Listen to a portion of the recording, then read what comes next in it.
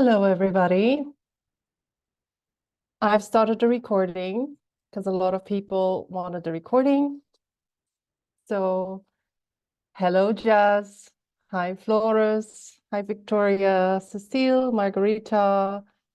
And yeah, I I have been getting the download to work with the theme, What You Seek Seeks You, for a very long time. And if you all know my background, I actually really come from the archetypal identification with the ugly duckling. So when I was studying Jungian analytical psychology, I literally watched the Phantom of the Opera on the plane. This was the one with Gerard Butler. And I was crying my eyes out. Why? Because I identified with the Phantom. I was not the beautiful prince that was chosen, that was the ideal man. I automatically identified with the phantom, the rejected one, the beast, the unwanted one. And I understood that there was something in my mythical journey, my archetypal transformation, where I had to get out of the archetypal identification with yeah, what is it called? The orphan. The orphan, yeah. So I actually studied a lot about the orphan when I was a Jungian. I was studying books about the orphan archetype, and I knew it all, but I couldn't feel it. So it took me many, many, many years to actually get out of the archetypal identification with the orphan, which is the unwanted one, the person that is left, the person that's never chosen. Yeah. So this is why when I started my spiritual journey, I was doing lots of different things at the same time, studying, leading client groups. That when a download came, and the download was, you're going to work with the theme, what you seek seeks you. I felt this electrifying thing in my body, and I just started creating a lot of little downloads and, memes, and started just creating beautiful little pictures. I have in my Facebook, you have a whole album about that theme. And I even started writing a book, but then, knowing me, I'm quite distracted. I can be like, other things can take my attention. But now this theme came back in my life, and I always feel there is a time to really solidify the theme. So today, I want to talk about how do we become, or are we, a vibrational match to what you seek is seeking you? Because there's so much beauty in this teaching but I also realize that a lot of us don't really believe it. We read it, but we cannot feel it, or we read it and we think in some areas yes, and then a lot of areas no. Yeah. So I created a lot of polls in the Zoom. So from time to time, we'll be actually looking at the polls as well.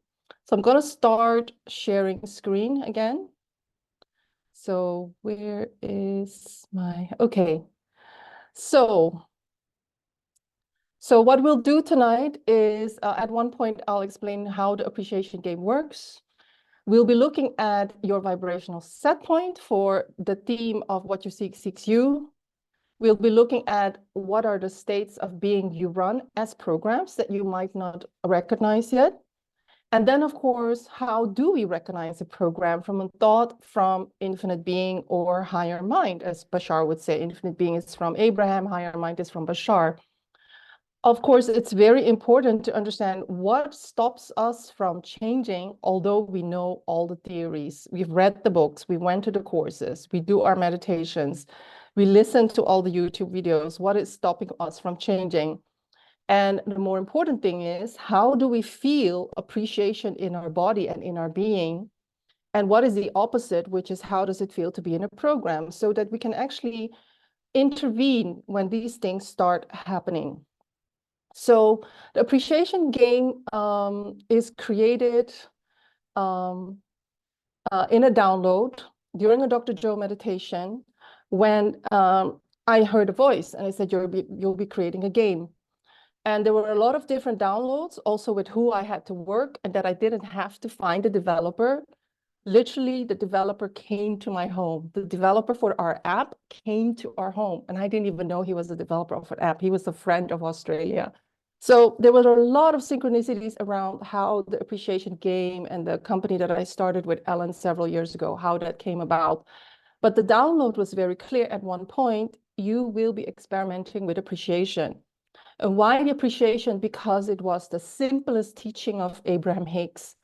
And it was so simple that we were very, very much in doubt. We didn't even believe it. Ellen and I, we're Dr. Joe students. We've done a lot of different types of healing methodologies. And to believe that just using appreciation would be life-changing and that it could even happen in 30 days. And that even in 6 months, that everything is so changed that nobody will recognize you. We were quite skeptical. So we launched a 7-day program in a Facebook group. I think we had quite a lot of people.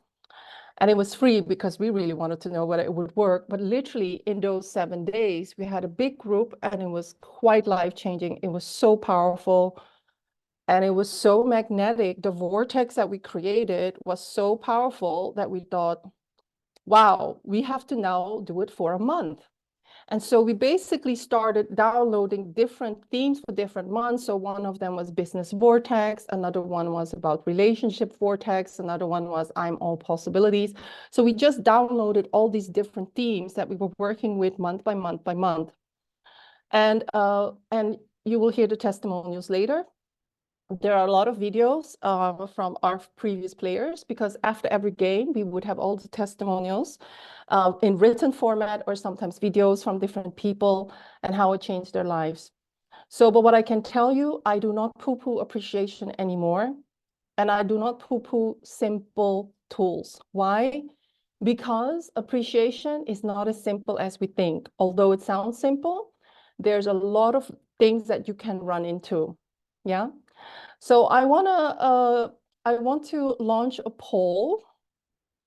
Let me see, how is it working? I'm not seeing it. Where is this?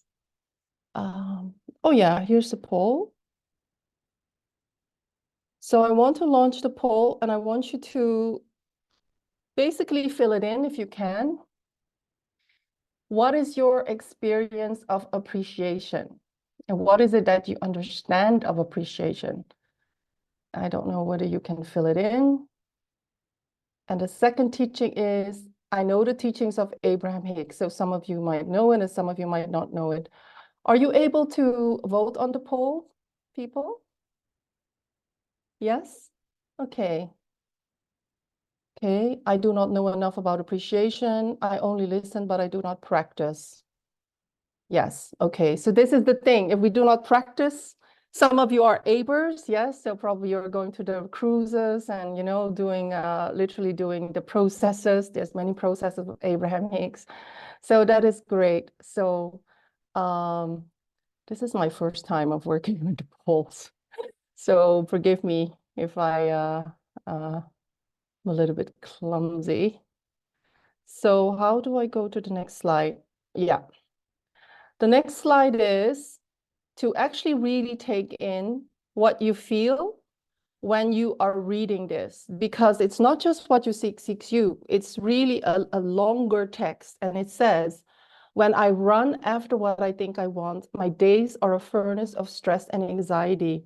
If I sit in my own place of patience, what I need flows to me and without pain slash struggle, suffering. From this, I understand that what I want also wants me, is looking for me and attracting me. There's a great secret here for anyone who can grasp it. So, well, I can imagine that this is really quite, I mean, I can tell you as somebody who was like literally so identified with being rejected and being the Phantom of the Opera, this was like something I really wanted, but I couldn't really feel it. So I want to launch this. So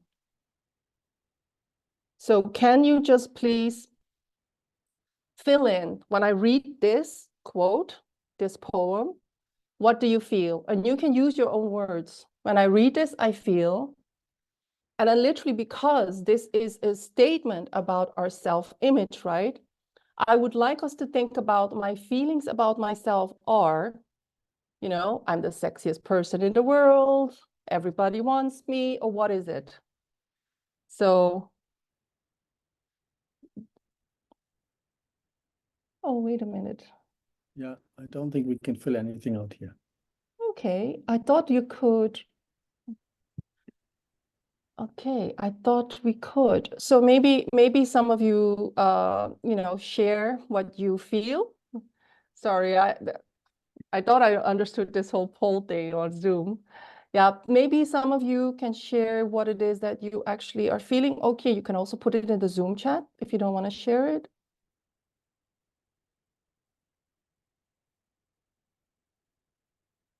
Or you can unmute yourself and share it. Maybe the Abers here can share it, can share what they feel.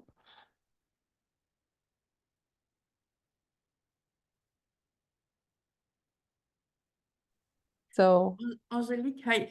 Could you hi, could Cecile. you could you reread the poem, please? Would be nice. Yeah, wait Thank a you. minute. Yeah. When I run after what I think, my days are a furnace of stress and anxiety. If I sit in my own place of patience, what I need flows to me and without pain. From this, I understand that what I want also wants me, is looking for me and attracting me. And there is a great secret here for anyone who can grasp it.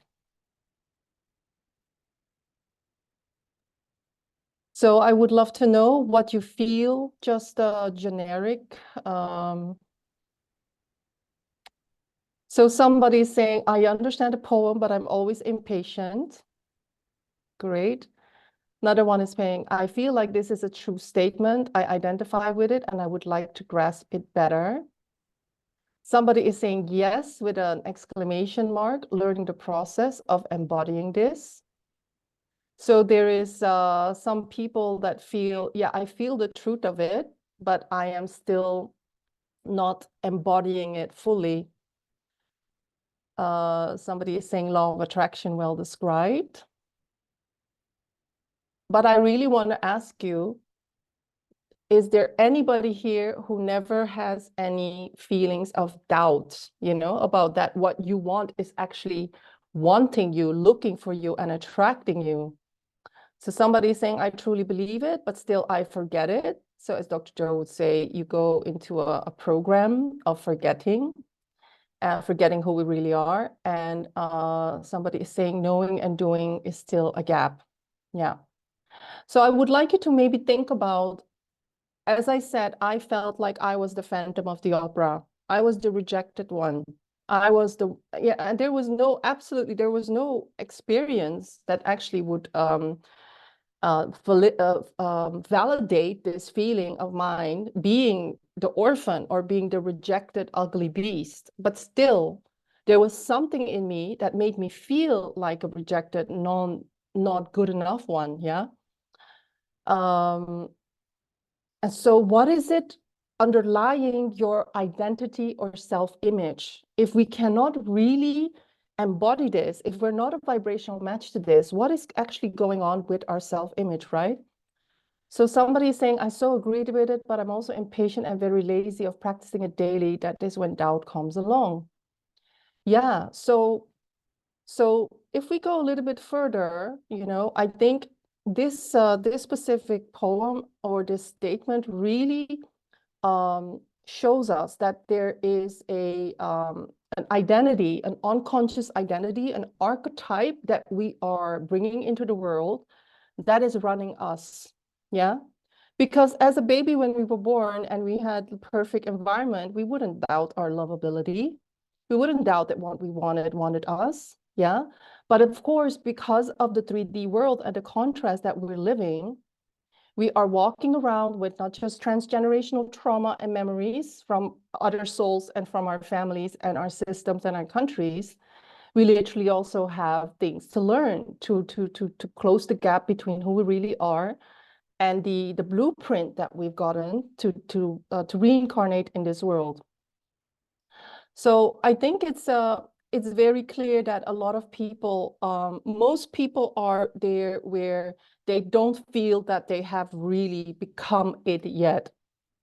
So, and when we're talking about becoming a vibrational match, it is important that we understand that to be a vibrational match is to really, to everything that is in your reality is a vibrational match. And when you understand that, you don't have to force, convince, influence, manipulate an effort in the 3D world, that it is about just changing your consciousness, then we are talking about manifesting from the quantum field. And Dr. Joe Dispenza was the one who really explained it in the best way that I think I could ever grasp. But then there were so many other teachers like Bob Proctor, Bashar, Seth, Abraham, that are all like teaching the same things. But Neville Goddard is the classic, and he said, you cannot force anything outwardly by the mightiest effort of will. There's only one way you can command the things you want, and that is by assuming the consciousness of the thing desired. The consciousness of the thing desired. So somebody is saying, I completely forgot, but reading that it is seeking me generates so much joy in my body. That is beautiful. So if we can sustain this joy, because joy is a very, very high frequency. Joy is above love in the David Hawkins scale. If you are in the practice of joy, you will very easily have instant manifestations. And some of us here have mastered that.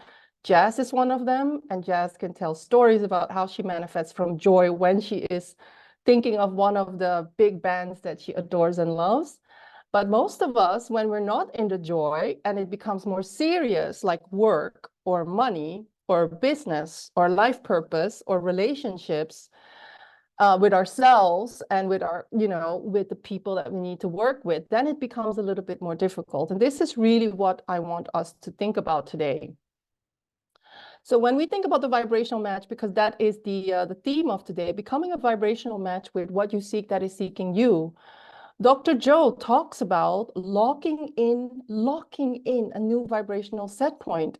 He talks about there has to be a vibrational match between your energy, so who you are, what you're vibrating, and a potential in the quantum field. So this means that if you want to be abundant, our energy needs to be abundant, but we have to lock into that frequency, and we have to keep revisiting that energetic signature every single day. And then we don't have to go out there and get it, whatever it is that we think will make us feel abundant or loved or successful. Because it's not about what Abraham says, the vortex is out there. No, we are the vortex that's drawing the experience to us, because the universe only gives us what we think we are worthy to receive.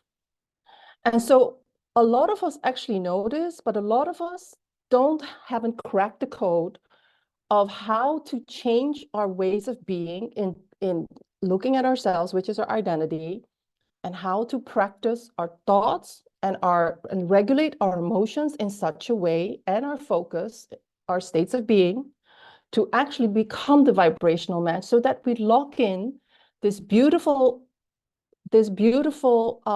universal statement that what we want wants us. And this is because the worldviews that we live in depends on our consciousness.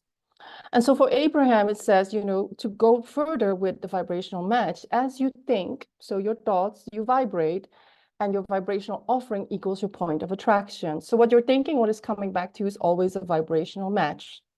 And this is something that we know, but sometimes we still go into victimhood, yeah? Self-imposed vibrational matching that we don't want to look at, so we're in denial. Or we just don't look at it, and we just go into this, this trance states of lack and separation, yeah? So, but if we really were to practice the teachings of Abraham or Dr. Joe or Seth or Bob Proctor, or any of these great teachers, nothing ever happens to you that you're not a vibrational match to, and nobody else can cause you to vibrate. So it has to be self-imposed, all of it, 100% of it. And I can tell you, this is about the level of consciousness called courage by David Hawkins. And nobody can become a deliberate creator unless they have taken 100% responsibility. And so this 100% responsibility is very, very important key to people that really want to manifest. Yeah, so now let's hopefully we can launch this other poll, which is, what is my main belief about this Rumi quote? Yeah, so I need to find it and launch it.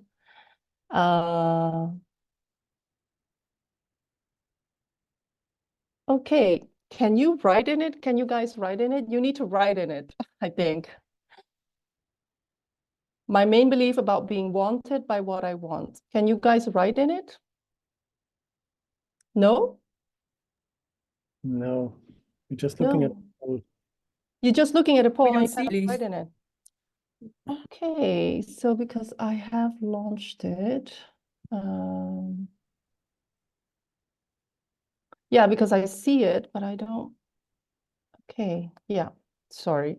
So basically, what is my main belief about being wanted by what I want? Just write it in the chat. So I have to do more testing with polls. Sorry. Can you please write down in the chat, what is my main belief about being wanted by what I want? Because we're going to do something with this belief. And it is about, it could be a belief that, yeah, I still have a lot of work to do to become a vibrational match, or it could be, I'm not living it, or I actually don't know how to do it, or actually, I believe it, but I am not I am really, there's a bigger part of me that resists it. Yeah. So somebody is saying, I believe it, but it rarely happens.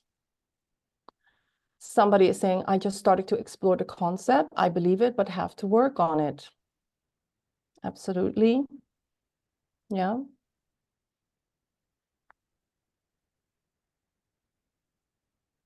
It is so joyful, playful.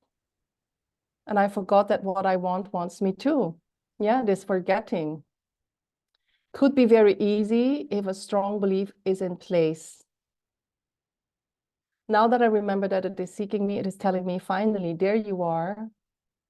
Love it. I have been waiting for you for a very long time. I can see, Cecile, that you are very much trained in constellations. I already see your future self talking to you, or your quantum potentials. This is like, it's like you are already in touch with it. Yeah. So it is very important, I think, for this specific exercise that you really understand that you have to write down the real belief, because that is what you're going to work with. That is going to show up in your life. So somebody else is saying, I think I know enough, but I don't practice enough. Yeah. As somebody else is saying, I'm changing my vibrational set point to a much bigger view than what I have already matched. Thank you. Yeah. So let's go to the next one. And that is, and apologies for the poll. I really have to like find out more what I'm doing wrong there. But anyways, this is the chat is working. So a lot of people, when we study the law of attraction, we actually know it in a way that is not too confronting to us. But if we really, really wanted to master something, let's say something is so painful that you really have to change it. For me, that was my love life. My love life was so painful that at one point I really had to change who I was, because I was a victim. I was the phantom. I created people. Well, you can say that because everything is vibrational match to my consciousness. I expected men to not want me. So so basically I created men being unavailable. I was always attracting men that weren't available. So, and then you can say that the quantum field doesn't respond to what I wanted, which is I wanted them to love me and I wanted them to choose me, but it responded to what I was sending out. So, and this is, of course, what Dr. Joe is teaching, what all the teachers are teaching. We cannot create a new future holding on to the emotions of the past. So when we look at this, we have to overcome a lot, and all of us know it. If you want to create change, you have to do it from a level of energy that is greater than guilt. greater than pain, greater than fear, greater than anger, greater than shame, and greater than unworthiness. And I think literally for me, there was a big program of unworthiness. And the more that I was focusing on it, the more that I saw it reflected in my life. Yeah. Not in business, but in my love life. We always have one area of life where we have to do a little bit more work. So I would say, I created a poll, but I'm going to give up on the poll right now. What is it that you think you need to shift to be a vibrational match to a big desire that you have that you don't have yet? So you don't have to give us the details, but what is it that you need to shift? Yeah. We just heard Dr. Joe say you have to come from a level of energy that's higher than a lot of the lower levels of consciousness, guilt, fear, anger, unworthiness, yeah, or maybe laziness, or feeling I'm not really committed to it.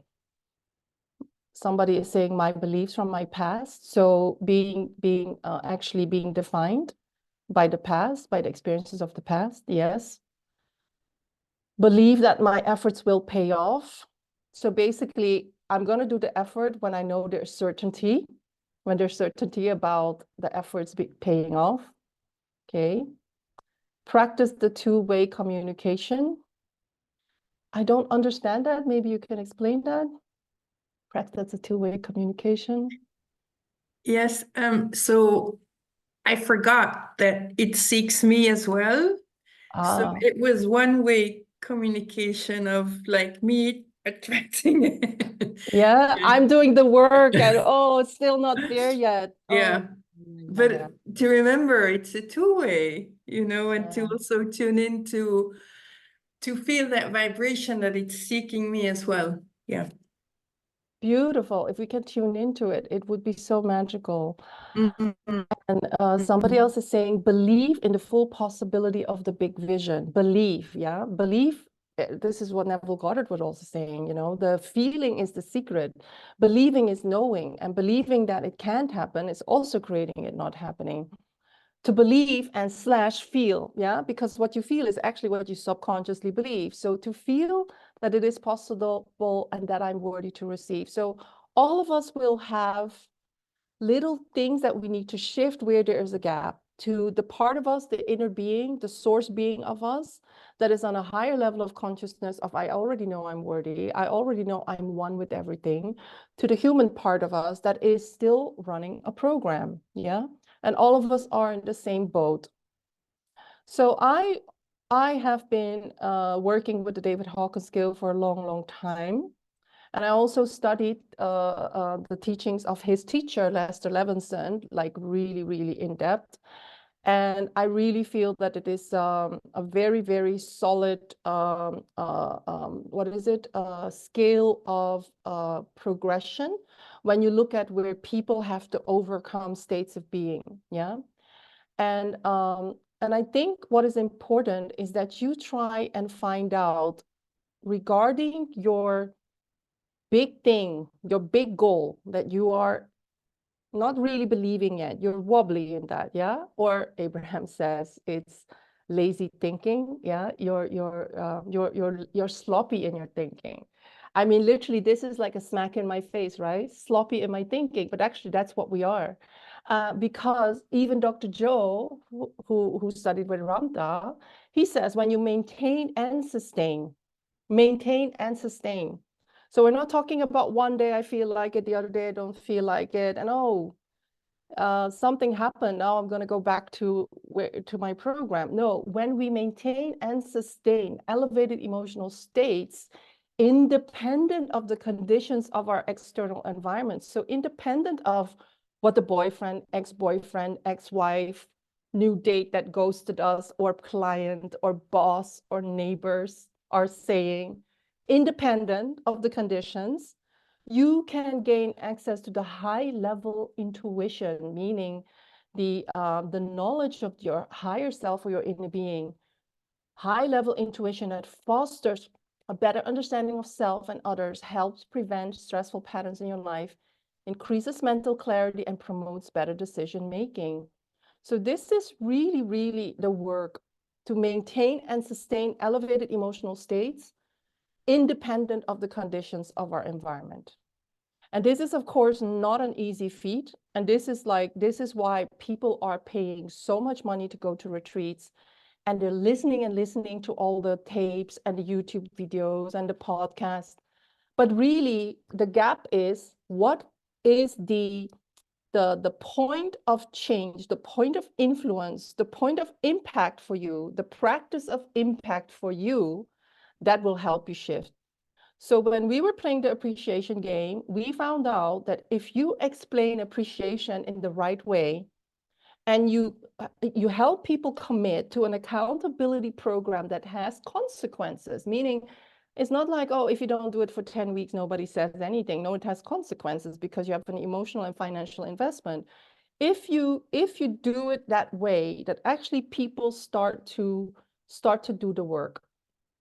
And when we really delve into what is the work, it can be as simple as appreciation. But what is appreciation?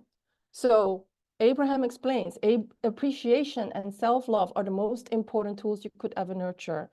Appreciation of others, so apart from ourselves, others and ourselves, is the closest vibrational match to source energy of anything that we ever witness anywhere in the universe.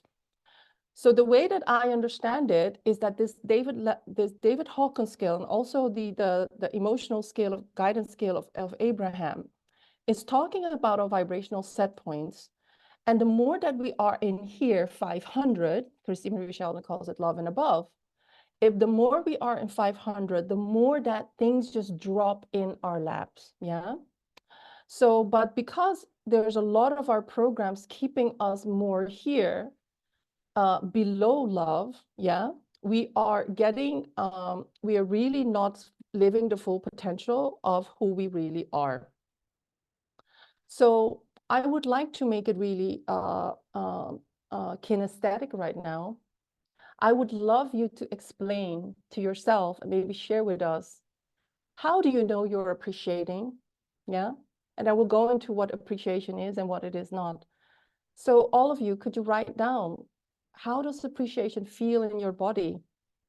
Like, how do you recognize that you're appreciating something? So please write it down in the chat. Because that was really like, a lot of us are so in a mental game in terms of studying and taking in information that we forget about how it actually feels in our body. Yeah. Easiness, warmth in my heart center, beautiful. Grateful with a warm feeling in my chest, beautiful. Yes. Connection, thank you. Connection with what? Could you be more precise? Feeling humbled and in awe of the moment. Yeah, awe is beautiful. Lightness, yes.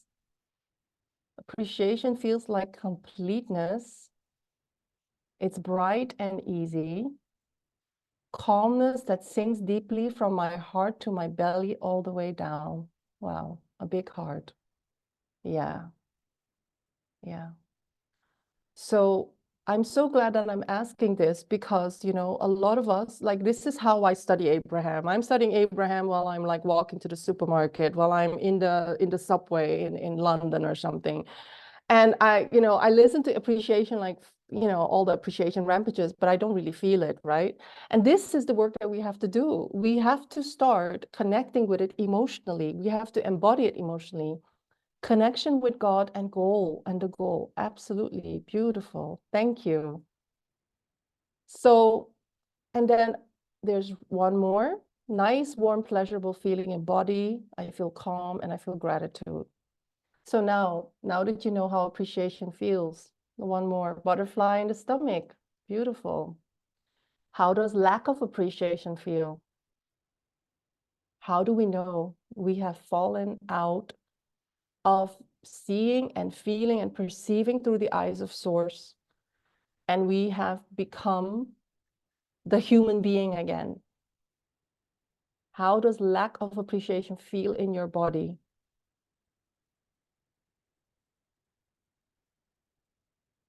Disgruntled, frustrated, and impatient.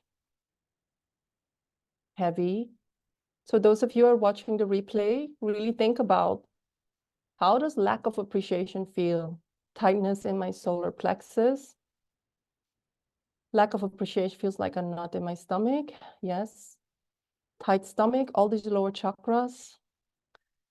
Tight stomach, tense diaphragm, can't breathe, lonely, emptied, nervous, not safe. Tension in my temples, isolated, confined to my ego. Absolutely. Identification with the ego mind. Forgetting that we live in a beautiful, abundant universe. Wanting control. Yeah. Feeling out of control. Wanting to keep things together because it's so unsafe. Yeah. So, and I really want us to think about what is within our creative power. And basically, the creative power is what we give attention to. Wallace D. Wattles is the author of The Science of Getting Rich, one of the most decisive books in my life, because he was actually teaching fifth dimensional creation in chapter 4, and it was just so mind-blowing that even before Dr. Joe was born, that somebody else was already talking about fifth dimensional creation. So the creative power within us makes us into the image of that to which we give our attention. And imagine that the way we create meaning is actually not, it has an energy. And one of the most important books that I have read taught me that there are 7 toxic ways of thinking. And actually, when you look at your ways of thinking, and this is one of the exercises that we'll do here, is when we give attention to something and we start to think thoughts, are we actually thinking a thought that our inner being or our source or our true self, higher self would think? Or are we running a program that is coming from an interpretation from the mass consciousness that we are connected to, which is very often connected to scarcity, lack, and separation? Yeah. And we've done this exercise so often, and this is one of the main teachings of the appreciation game, that when you're doing these 7 toxic ways of thinking, devaluing, victimization, comparing, competing, time warping, generalization, catastrophic thinking, and urgency, we are not in appreciation. And what that means is that our energy is in the vibrational signature of all the things that you mentioned that is not appreciation.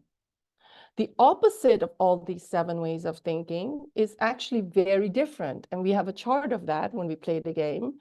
It's very, very different. Yeah, it's empowerment, it's appreciation, it's like honoring others. It's like understanding that time is an illusion. It's a lot of things that are really quite the opposite from what we would call the limbic system. Yeah. The survival centers of our brain and the survival conditioning of our body. Yeah. So it is very important that Abraham has really actually created a video, a teaching about appreciation is not gratitude. And when we were creating the game, Ellen and I, which was my former business partner, we really wanted to find a scientific paper about appreciation. And we thought there is no scientific paper about appreciation. There will probably be a lot of scientific papers about gratitude. And you know what happened? One day, I had a download, because I had a lot of downloads. And the download said, go to the HeartMath Institute website. I went to the HeartMath Institute website. My eyes are not that great. I have -10. But somehow I navigated and found a report in like all of the different like libraries of HeartMath. And there was literally a scientific paper about appreciation, not gratitude. And so for us, me and Ellen, that was like, we are so guided. We are so guided. Yeah. And so appreciation, if you look at it, and this comes from the dictionary, it means increasing the value of something, the act of recognizing or understanding that something is valuable or important. So this could be about the person that you really don't think is valuable. This person is trash, right? Or it is something that was really horrible that happened. Yeah, maybe a very difficult contrasting experience that was very wounded you, that left you feeling betrayed or absolutely, you know, like a failure. Yeah, maybe even a sense of victimhood. Even understanding that contrast or things that other people that might be doing these things to us, that they have value. These events, these people, these circumstances, they are valuable, they are important. Recognition and enjoyment of the good qualities of someone or something. And this is more important when we're talking about, for instance, times of initiation, times of change, times of crisis. How often do we go into victimhood and blame, and we're not appreciating because we devalue ourselves, but we're also devaluing the experiences, and we cannot see the good qualities of that specific experience or even the role that that person has to play. This, I think, is a very beautiful explanation of appreciation. It means a full understanding of a situation. A full understanding of a situation. To me, it feels like source is understanding. Is the bigger picture, the meta picture, not Angelique, not my personal human entangled victimhood type of feeling, not in control perception, but actually I am floating above the situation and I can see what source sees. Sensitive awareness, maybe, you know, the type of awareness that psychics have. Yeah. So this is appreciation, is basically we increase the value of something. So when we then contrast it with how we normally live, we're talking about the states of survival, separation and lack that we live in. So this chart we used a lot in the appreciation game. When we do not appreciate, we go back to the states of survival. And, you know, and all the things that we just wrote down, how do I feel when I don't appreciate? They have to do with not understanding that there is more than human laws and conditioning. There's also a universal mystical field and formless intelligence that are supporting us, that is helping us. Yeah, we don't see quantum potentials. We only see scarcity. We are taking action, but we're not thinking. We're just basically doing it out of urgency. We don't even know from which consciousness we're coming. We are ignoring our intuition and guidance and downloads because the downloads are there all the time, but we don't have time to trust them. It's very important. And I know this. I know that I have a lot of downloads, but when I'm in these lower states of consciousness, I don't trust my downloads because it's too risky. I am a saboteur when I'm in these lower states of consciousness. I am a victim. I don't feel powerful, and I cannot accept that I co-created it or that I was a vibrational match to this debilitating event or circumstance. I feel less than divine. I am definitely a human being, and I go back to my I'm an orphan, I'm a rejected, Phantom of the Opera type of archetype. And I go into efforting again, you know. In reality, transurfing, they talk about the pendulum of hard work. The pendulum of hard work is a mass consciousness where we have been programming ourselves to say there's only hard work that can give you any success. And lo and behold, if you dare to actually enjoy it or take it easy or go in what Abraham Hicks would call downstream, yeah. So, and we don't know that we are run by subconscious programs, and we don't even recognize our transgenerational trauma. So actually, when you do the opposite, which is appreciation, you actually have to overcome these 7 toxic ways of thinking. Yeah, and they are very, very prominent. If we start to see that a lot of our states of being are run by these 7 toxic ways of being, and you start to catch yourself and you do the opposite, which is appreciation, you will then understand that these toxic states of being, they actually diminish the vision of truth, and you actually start to lose connection with what is really happening and what is within your power. So this is why when we are looking at our beliefs, we need to know in which category they fall. So I would like you to think about, you had some beliefs about this team, which is what I seeks me and is attracting me. I want you to think about the reason that you said that you're not a complete 100% vibrational yet, vibrational match yet, is that a case of devaluing yourself, or are you feeling like a victim, blaming somebody else, or maybe blaming circumstances? Are you competing and comparing yourself with others that are much better than you, more successful than you, blah, blah, blah? Or are you creating very, very scary pictures that have to do with catastrophic thinking? The other one is, are you time warping? Because what happens with time warping is a lot of people, they project memories of the past or even from their ancestors into the present moment, and then they start recreating it again. Or are you just stuck in generalization? And we generalize when we say always, never, ever, yeah? When we start to say things like men are always, I am always, in business, it's always. So when we start saying these things, then we are literally generalizing, and we are also in the toxic ways of thinking or being when we are coming from urgency. So if you were to categorize your main beliefs about this poem of Rumi, which is what you seek is seeking you, it is wanting you and attracting you, can you categorize, can you see the main two, maybe the main two toxic ways of thinking that you keep running? So comparing and competing, yes. Some people are saying, I do all of them. Some people are saying, I devalue and I time warp. Some are saying urgency, devaluing, blame, shame. Yeah. Urgency. Yeah. All of them. Devaluing is when you are not appreciating. When we were saying that appreciating is increasing the value of something, or seeing the good qualities in something. When we are devaluing, we're doing the opposite. We are diminishing the value of something. Yeah. So of ourselves, for instance, yeah, I'm always so unlucky, or I'm always so I'm always so slow, or I'm always so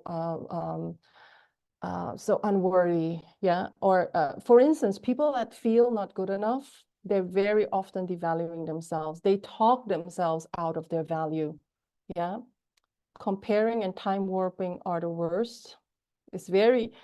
Time warping is a very big one. When we were running a course last year, most people, their generalizations and their identity were coming from memories from the past. So sometimes if you have time warping, you just have very strong memories that have left a huge imprint on your brain, and this requires reprogramming your brain. Yeah. So everything, yes. So, and I would like to ask, now that you know that there are 7 toxic ways of thinking, how often do you think, from all the ways, from all the things that you could be thinking, including appreciation, how often do we think, are we in the 7 toxic ways of thinking? Yeah, is it 50%, 70%, 80%, 90%? Because I will tell you, when I was doing this list, it was 100%. It was hard for me to appreciate, but I challenged myself to go against these toxic ways of thinking and being. It really is like Olympic challenge. You have to really literally recognize it, and then you have to change it. And this is why the appreciation game as an accountability game with a group was so successful, because a lot of people were saying, if I didn't have the accountability, I would not have done it, because it was too hard. Because the emotions of feeling victimized, feeling blame, feeling an urgency, feeling that you need to compare yourself, it was too strong. So maybe some of you can judge, like, how often are you in these 7 toxic ways of thinking and being? Is it, just make an estimate. Is it 75%? Is it 50%? Or are you so enlightened that it's 0%? And I can tell you, this is the one thing that we do in a group as an accountability game where people have to catch themselves. And a lot of them, you know, it's almost like 75% toxic ways of thinking. And to go against the 75% of how you are wired is work, yeah? So somebody's saying it's a roller coaster, some days it's 0%, some others are sometimes full 100%, yeah. So 50%, yes, 50% is good. So it's like wobbly. So I think when we then play the game, when you see that sometimes I'm 100% in toxic thinking, sometimes I'm 0%, and others are 50%, there is a reason why you are not doing the work when you could be doing the work, because appreciation is not difficult, yeah? But there might be something that is holding you back, and that something could be, you know, we don't know, you will find out, right? 60% in toxic ways of thinking, 75% in toxic ways of thinking, yeah, 50%. So there's many reasons for why we can't get stuck in toxic ways of thinking. And most of the time when I work with people, it is because they have never understood that there are 7 toxic ways of thinking. We are thinking through the lens of these ways of perceiving the world, and we think that this is just the way it is, yeah? And then we just study all of these teachings, and then we still do the toxic ways of thinking. And this is the big gap that we need to start waking up to. Like their thinking is not all thinking is equal. Some thinking are coming from a worldview of scarcity, lack, and separation. So yeah, the pain has been a great teacher. The pain of the 7 toxic ways of thinking has been a great teacher, and I've been in more acceptance lately. And this person has been in my course last year, and they know a lot about the physical pain as well. Wow, yeah, beautiful teacher. This person was in my course last year, so he knows a lot about the the David Hawkins scale, and especially the level, what can shift when we are in the level, the consciousness level of acceptance. So this is the second thing. When we are practicing the 7 levels of toxic thinking, there is a worldview about the universe. Yeah. So what do you really believe about the universe when you are practicing? Let's say you save 75% of the time you're thinking toxic, or 50%, yeah? Or some days 0%, some days 100%. What is your main worldview about the universe, the world we live in? Because we have to go to several levels of perceiving the world and reality so that we can dismantle the false beliefs that we have that are coming from our programs. So somebody is saying, I created this. And does that mean that you then feel that you have to beat yourself up, or that you are devaluing yourself for that? So, and I will explain to you later why our worldview of the universe is so important. And this is not a natural thing. This is not a natural thing that we were born with. This is actually quite new. And unless a few of us were lucky and we had parents or teachers that were teaching certain things about the universe, a lot of us have very, very scary viewpoints or perspectives or experiences about the universe or the world. Yeah, I believe that the universe is abundant, but I often forget about it. Even if I forget about that it seeks me, I do have a love affair with the universe. Beautiful. So those of you who aren't maybe participating, really try and delve into the feeling about your belief about the universe. And I will go to the next slide. Dr. Joe says, if you removed human beliefs and perceptions from the equation, you might see that the world is actually a very abundant, friendly, fruitful, and providing place. By perceiving the world through this lens, it means you already have abundance in you as a state of being. there's a reason why I had to underline certain sentences. Remove human beliefs and perceptions. Human beliefs and perceptions, I feel, are in the David Hawkins scale, I think, probably most predominant under 200, because again, remember, 200 is where we take responsibility. Courage is the level where we stop being a victim. Yeah, this is where people start to take responsibility.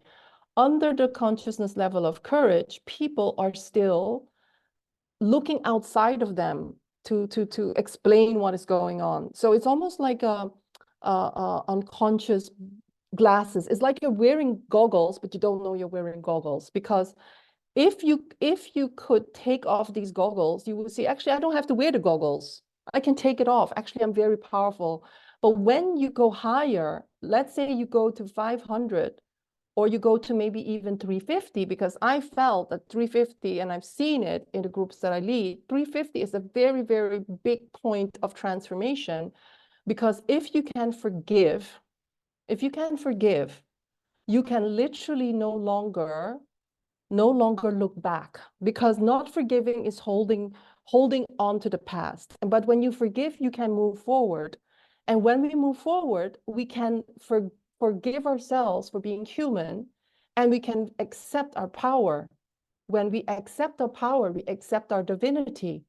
And when we accept our divinity, and we really accept it fully, and we don't just accept it when we're at a retreat, we don't just accept it when we manifest what we want. We also accept our divinity when things are not going well. We see ourselves as so powerful. That is when we are coming closer and closer to seeing the world in an empowered place. And then when we start practicing detachment, because we're no longer feeling lack, then you will have the experience of thinking a thought playfully, without attachment, and things dropping in your lap. Instant manifestations, joyful, easy manifestations. And all of you have had that experience. And the only difference is that in the areas where you are easily manifesting and things are flowing and easy, you are not programmed into these lower states of consciousness.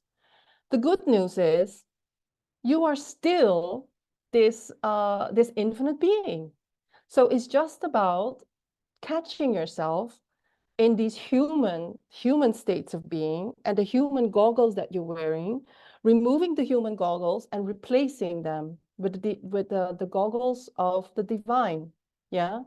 So you are no longer seeing through the eyes of the personality or the ego, but you're seeing through the eyes of the meta. That is, we don't even know a name for it. It's so big that we don't even know what it is, but it is divine, it is one, it is intelligent, it is friendly, abundant, fruitful, and providing. So this is why I think it's very important that we understood our worldview of the universe, because if we don't feel supported by the universe, it feels very, very, very unsafe. Somebody's saying, I believe the universe is perfect. Is there a place for the concept of the grace of a personal God in these teachings? I'm not sure whether there's a personal God. I think God is it's both personal and a universal and timeless. But all of us have a personal perspective and experience of the divine. But I do believe that grace is always available to us. Always, always, always. Yeah. But to step in the place of grace, we have to accept that the divine can step in, and that it's not all up to us having to make things happen or having to struggle for it. Yeah. So if that is your interpretation of grace, I absolutely believe in it. And I've had many experiences of it. And I see a lot of people having that experience as well when they go into surrender. Yeah. But I think it's important that we have to get out of this area of victimhood and And Abraham says it very succinctly: as much as you would like to give the blame to somebody else for what has happened, even if it's the environment or the politicians or the elites or whatever it is, yeah, whatever we're blaming for something that is not happening in our life, the real cause is your lack of appreciation for self, for areas of lack in your experience. There is not one negative thing that is happening for any other reason than that you're not appreciating yourself, yeah? And not appreciating yourself means that you are forgetting who you are. You're turning your back away from who you are. It's like behind your back is your divinity and your full self and your whole perspective of why you are undergoing these challenges or these lessons, but you're turning away from it, yeah? So it's almost like there's an open door, but you don't want to walk through it. And again, you know, in an infinite, abundant universe, there's always the what is and the part of it that is not. The lack and it is already happening and it's not there. And we are a vibrational match to the unwanted. Why? Because it feels normal. And I think this is such a beautiful explanation because some of us have become so accustomed to, for instance, to some people that really want to change their love life. And let's say they find it very difficult in love life because all your programs are triggered, right? And then they say, why am I always meeting these horrible people that are just like not good for me or so unconscious and so unspiritual, blah, blah, blah, blah, blah. Why we are focusing on it because that experience has become normal to us. And then we believe that that is reality. And then we become a perfect vibrational match because the 3D is defining our sense of reality, yeah? So I think this is really important that we know that there is much more. There's a friendly universe. There's an infinite being that is us, and there are ways to connect or to know that we are seeing through the eyes of that infinite being, which is appreciation. And we know what is the opposite of it, 7 toxic ways of thinking. And so I would love to ask you, how do you recognize that you are running a program for yourself? How do you recognize your programs? Because I think this is a pivotal point. A lot of the times we run programs and we don't even know it. And actually we get angry when people point it out to us. And it is only when we start to go into these, in so much pain, like almost like, you know, what is it, initiation without us wanting, you know, we're thrown in the river of change, or we're thrown into these catastrophic, difficult things like a divorce or a job loss, or, you know, being scammed by somebody. And then we have to think about how did I, and then we go into this, this commitment to change. And then we say, wait a minute, how did I create this? Yeah. So it's really important that we start to see that our consciousness co-created it. So how do I recognize a program I run? Avid observer of my thoughts and feelings. What does it feel like? Meditating or breathing exercises. When my body or my soul is in pain. Absolutely.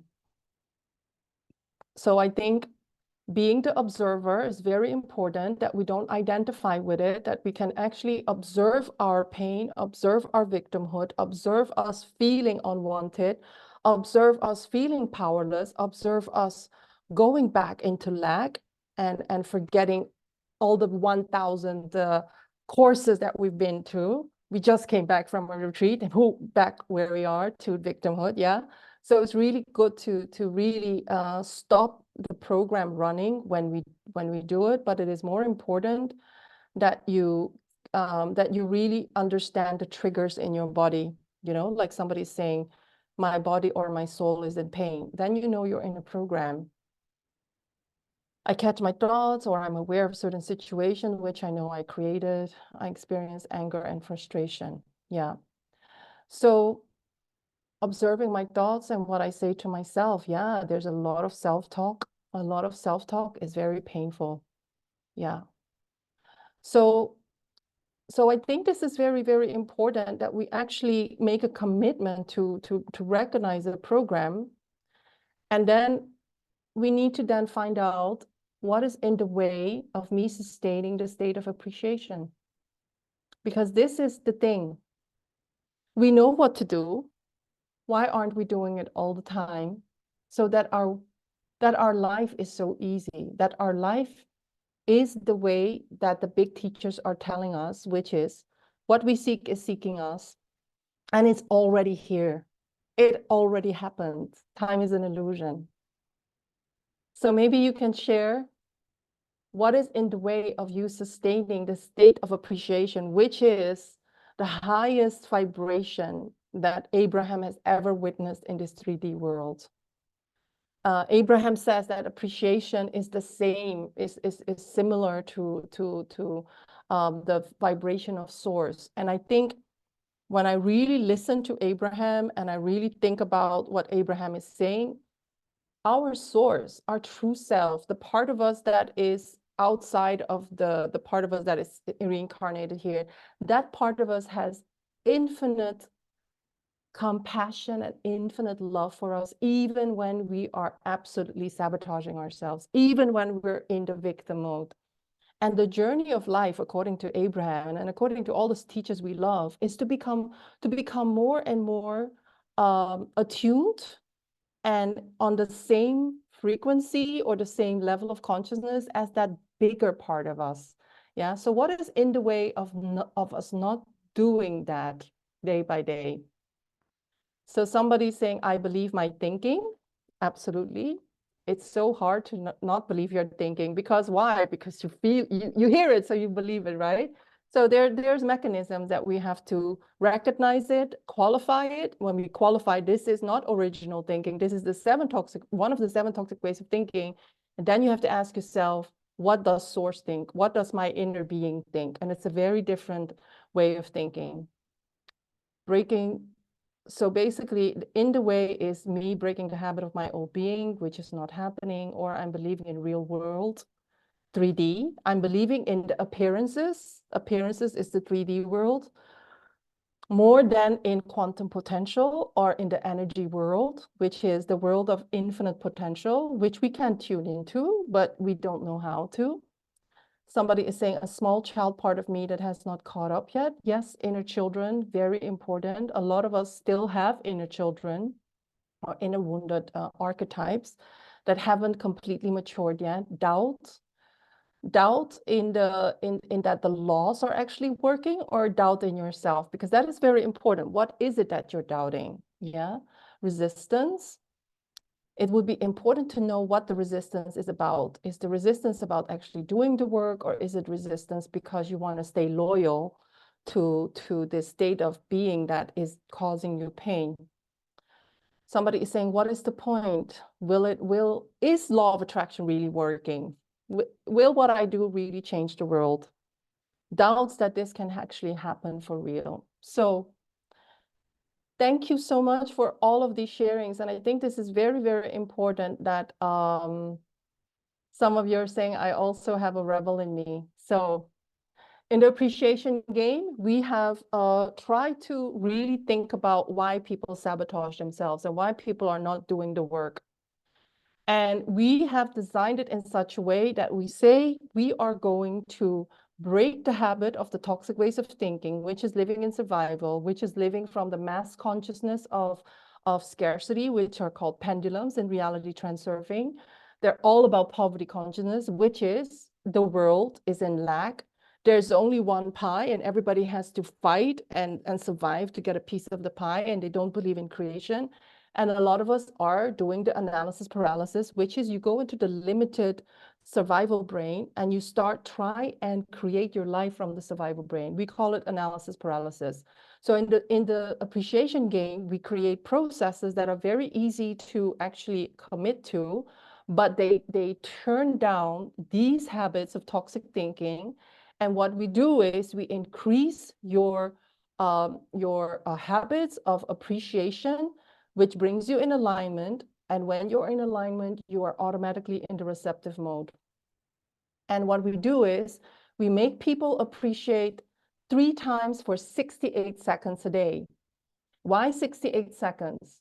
Because Abraham said that 17 seconds of pure thought is equivalent to 2,000 action hours. But when you really multiply it every time with 17, you come to 68 seconds, and that in pure thought is equivalent to over 2 million action hours.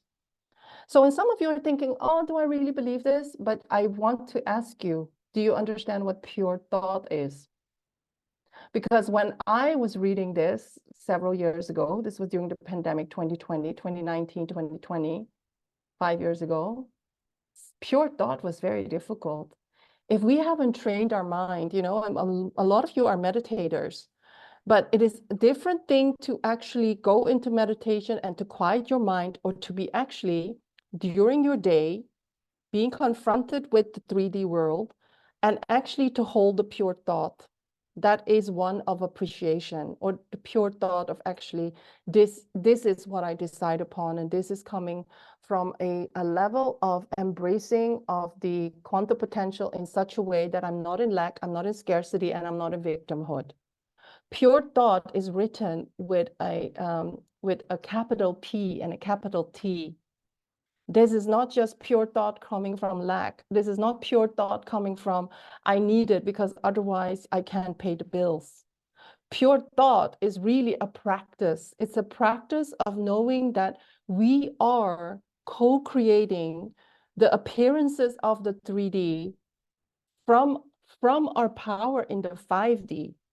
Pure thought is recognizing and embracing your power in the 5D. And to do that, you need to know how to break the survival habits and survival thinking and the thought loops that we get stuck in. Does this make any sense? And I'm sure that a lot of you have probably heard about this from Abraham Hicks, but Ellen and I, we created an app that forces you to actually appreciate for 68 seconds. Like literally, when you log in, it won't stop until you have, been appreciating more than 68 seconds. And I can tell you, when you're appreciating, when you really understand the structure of thinking that belongs to the 7 toxic ways of thinking and appreciation, and you can really recognize the 7 toxic ways of thinking and immediately jump here, you will be able to hold pure thought more and more and more. Yeah. So I don't know any of you who here, if you could put it in the chat, knows the book Science of Getting Rich, or has read it, actually read the book Science of Getting Rich, chapter 4. Maybe just put it in the chat, just say yes. And if you haven't, I will have to explain a little bit. So I'm, yes, one person is saying yes, and other people are saying no. Okay. Science of Getting Rich. Yes, okay. Some of you have listened to it. Think and Grow Rich is different. This is not, no, this is a different book. Think and Grow Rich is Napoleon Hill. Science of Getting Rich is Wallace D. Wattles. Science of Getting Rich is a book that in chapter 4 absolutely made me understand that I had to know this book from beginning to end, because I was Dr. Joe was the first person that explained to me, all the different levels of consciousness, and that we could create from the quantum field, which is creating from the 5th dimension, and that it then trickles down to the 3rd dimension, which is the material world, right? But when you listen to chapter 4 of Science of Getting Rich, they talk about a formless substance, which is the quantum field, and that actually the reality of the world, what we see in the 3D are appearances, because everything we see in the 3D are appearances because they are our projections. And thinking is not us reacting to the projections. Thinking is thinking truth, which is when we think something, we project it, and that is the appearances. So this whole teaching is to actually let us wake up from this process of us co-creating the 3D world in the form of appearances. Yeah. And when Wallace D. Wattles talks about the hardest work in the world, he is talking about that the hardest work in the world is to get out of the prison from the appearances, which seem to be reality, material fixed reality. So he says to think what you want to think, meaning you think what I want is already here, is wanting me, looking for me, and attracting me. Sorry. To think what you want to think is to think truth with capital T-R-U-T-H, regardless of appearances. So meaning the 3D world doesn't matter because it's a projection of your consciousness. Every man or woman has a natural inherent power to think what he or she wants to think, but it requires far more effort to do so than it does to think the thoughts which are suggested by appearances. So this is Old English, but actually it's just saying, to think the truth of the mechanism of reality creation is very hard work, because if you are, it's much more easy to think that the projections, which are the 3D world, are real. Yeah. And we are very prone to be addicted to think what is being fed to us by the 3D world. But what if we in the 5D, we haven't activated the power of our 5D, and we're caught in a loop, the prison of the 5 senses. We're thinking equal to the appearances or the illusion of the 3D world. That is what he's saying. To think truth with a capital T-R-U-T-H is talking about this reality creation formula. So it is very important when you then understand this whole teaching, which is exactly what Dr. Joe is teaching, which is what Abraham is teaching, which is what Seth is teaching, and to think according to appearances, which is the illusion of the 3D reality being real, is easy. To think that the illusion of the 3D is real is easy. So some of you have said, I keep forgetting. This is it. We keep forgetting that we are in a reality creation loop that we can influence. To think truth regardless of appearances is laborious, meaning we have to work. This is work, and requires the expenditure of more power than any other work man is called upon to perform. I mean, if you can understand that when we are walking around in 3D, and to think the truth of the reality creation mechanism, meaning everything we want is here. Time is an illusion. There are infinite quantum potentials, multiple dimensions that we can tune into and that we can shift into, to really believe that, and that there is a divine infinite source supporting us, and benevolent and friendly and providing. Yeah. To think all of that, if we are facing, yeah, survival, we're facing betrayal, we're facing divorce, we're facing, you know, inflation, all of these things happening, facing physical pain, or maybe even a medical condition that is going to be our death sentence. Yeah. That takes a lot of power, and we know that, right? We know that because all of us know it, but to think differently than what is being fed to us by our 3D reality is the hardest work. There is no labor from which most people shrink as they do from that of sustained and consecutive thought.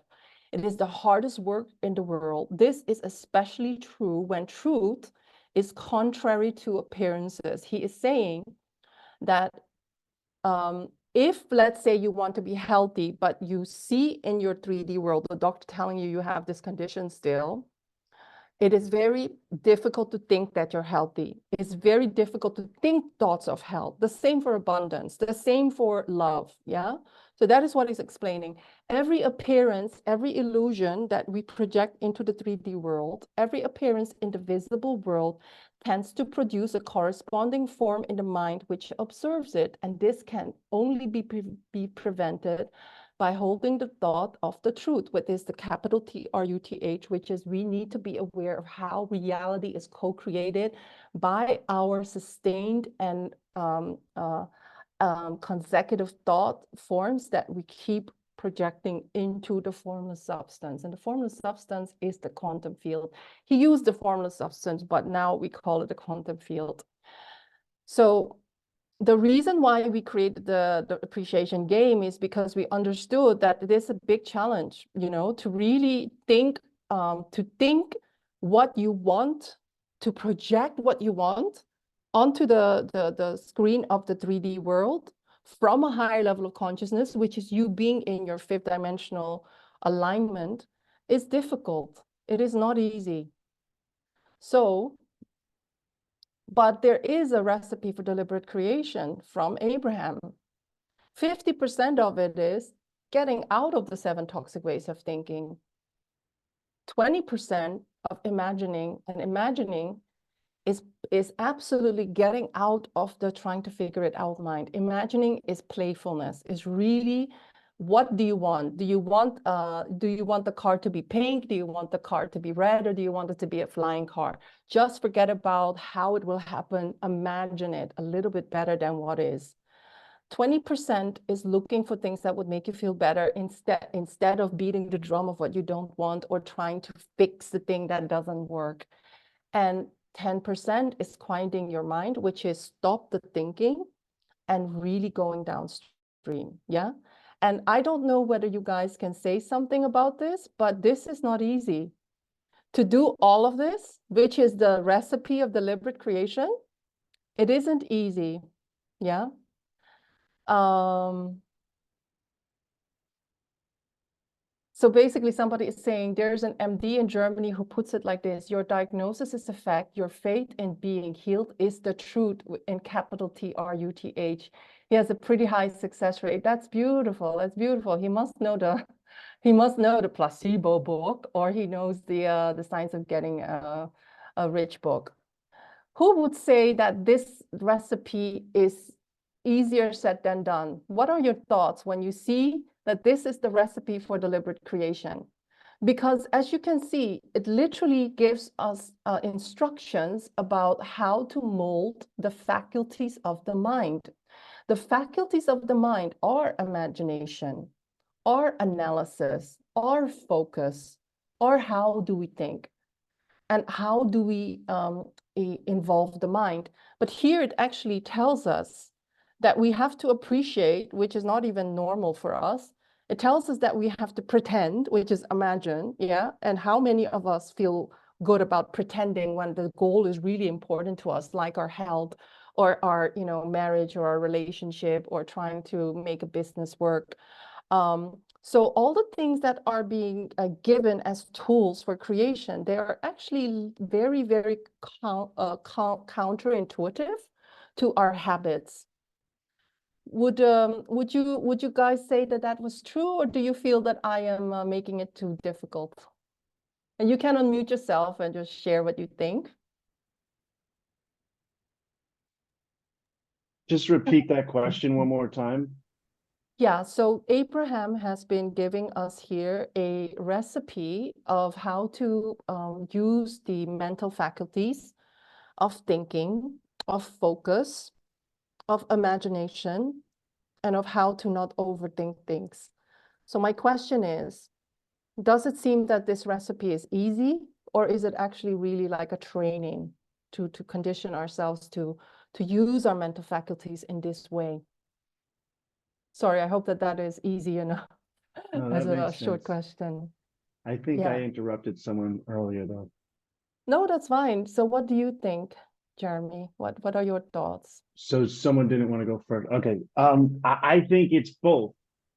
I think you actually have to train yourself to take on the practice and then create it as easy because you've done it repetitively, like anything else. You have to make a practice, and you have to practice for a practice to become practice. Yes, yes, yes.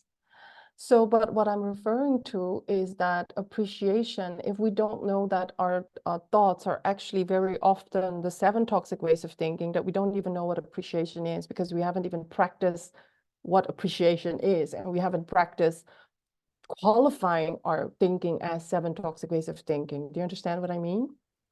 And also what I understood when I was working with Bob Proctor in his program, and he was talking about the imagination as a faculty, I was like, wow, but how often have we not been trained to not imagine? Because imagination is seen as foolishness. A lot of our schooling, and I was a lawyer, and before that, I almost wanted to be an accountant. How much imagination can I have as an accountant or a lawyer? I literally had to just regurgitate knowledge, right? But also, whereas when you read Neville Goddard, or you talk about the creative schools, the creation schools, they actually say that imagination is a creative tool, is the tool of God. Imagination is God, Neville Goddard says. Yeah, so we've pretty much been trained out of the mental faculties that make us powerful. And we've actually not even just been trained to see it as foolish or childish, but we don't understand that if we use these mental faculties in the right way, that we literally become powerful, that we take back our power. Yeah. Yeah. So I would like yeah. to say something about Yeah. this.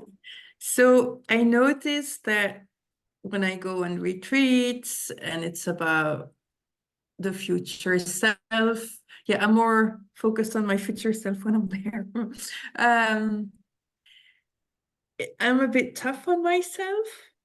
And what I love, love, love about Abraham is that they close the gap.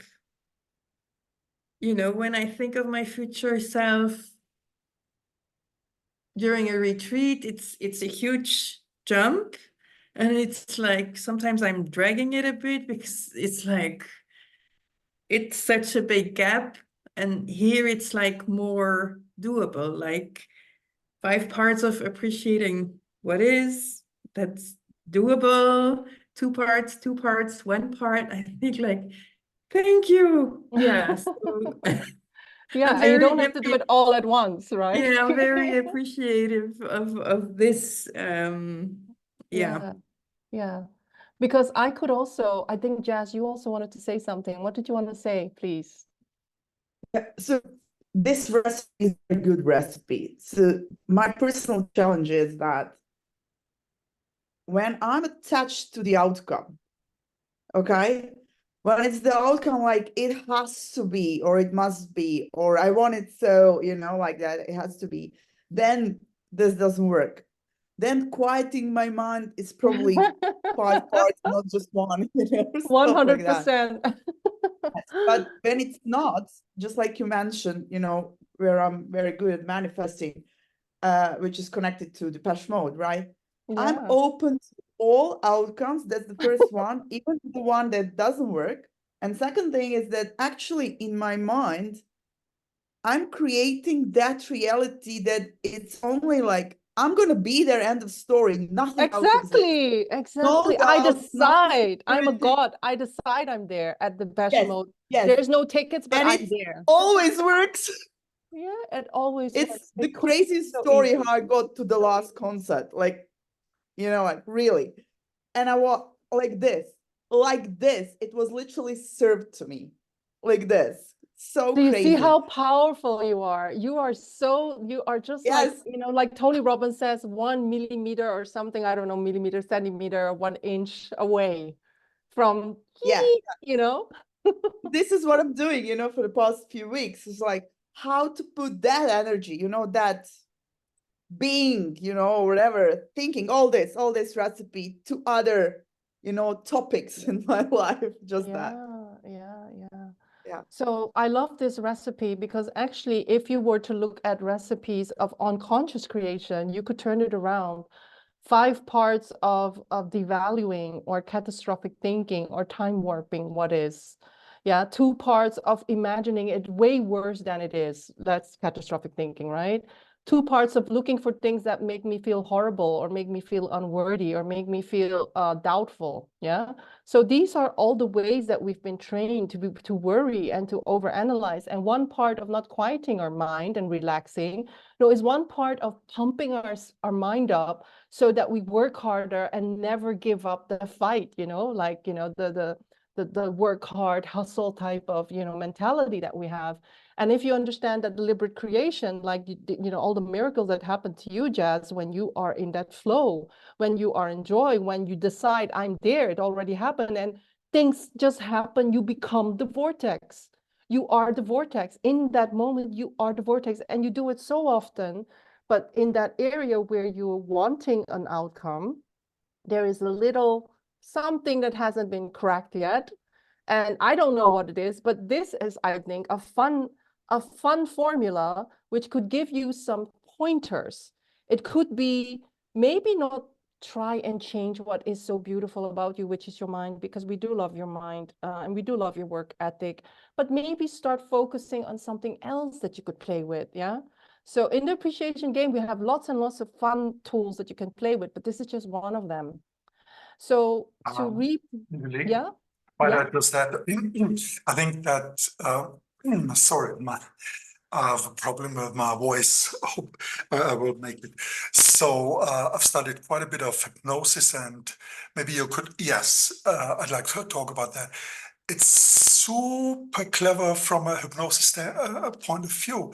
There's a thing called critical fact, which is part of the ego, and which is the major block of making suggestions work.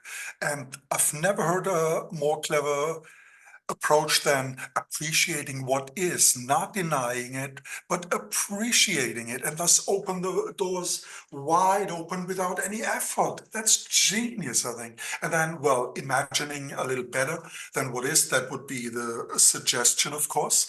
And then giving force and making it more acceptable and carried into our day-to-day living is adding pleasure to it, which would be looking for things that would make you feel better. And then, of course, relaxing your mind and not trying so hard. That is the relaxation part in hypnosis. That's a genius recipe.